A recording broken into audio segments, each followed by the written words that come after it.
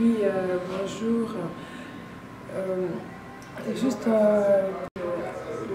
décès de Papa Wemba qui nous a touchés, nous qui sommes ici en Occident, hein, précisément en Belgique, ça nous a touchés et ça a bouleversé. Je vais dire que on ne se rendait pas compte de son vivant, on savait que c'était un artiste international, mais là maintenant on voit que c'est la planète tout entière, la planète Terre qui est touchée par la perte de cet être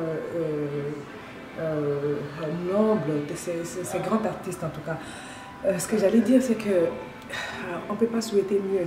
Le départ de Papa Wemba et même la plupart des chefs d'État dans le monde, dans ce monde, n'ont pas eu la grâce, la chance de partir de cette manière comme ils voulaient.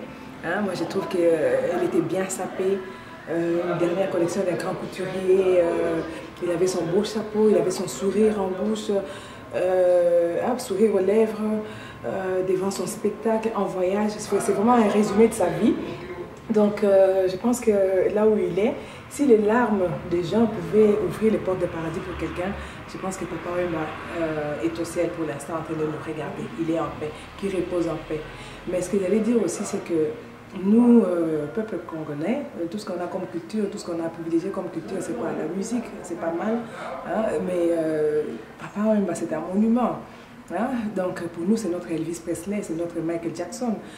Et il ne faut pas balancer toutes ces affaires à gauche et à droite, essayer de faire peut-être de sa maison, je ne sais pas, au ministre de la Culture, moi je m'adresse, de sa maison peut-être un musée, de ses vêtements, de toutes ces choses, de ses disques, des choses comme ça et tout, parce que le Congo va se rétablir et tout, ça va se redresser, donc il y aura des gens qui vont venir au Congo pour, sûrement, ils vont demander de voir la maison de Papa Wemba. Il faut avoir quelque part où on peut montrer où travaillait Papa Wemba, où il logeait, raconter un peu son histoire, son passage sur cette terre. C'est un patrimoine national qu'il nous laisse là, et voilà. J'ai suivi à la télé l'hommage que la Côte d'Ivoire a fait pour Papa Wemba. C'est vraiment un coup de chapeau pour la Côte d'Ivoire. Merci pour cet amour que vous avez, parce que c'était pas notre Papa Wemba congolais, mais c'était un Papa Wemba de l'Afrique, un Papa Wemba du monde entier, un Papa Wemba de nous les Congolais aussi.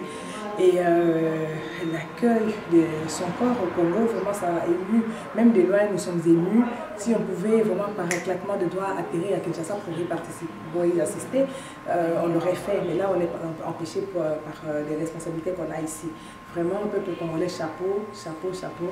Je répète encore, si les larmes des gens, si l'amour que les gens ont pour Papa Wemba pouvait lui ouvrir les portes du paradis, en tout cas, ce serait fait. Repose en paix, Papa Wemba.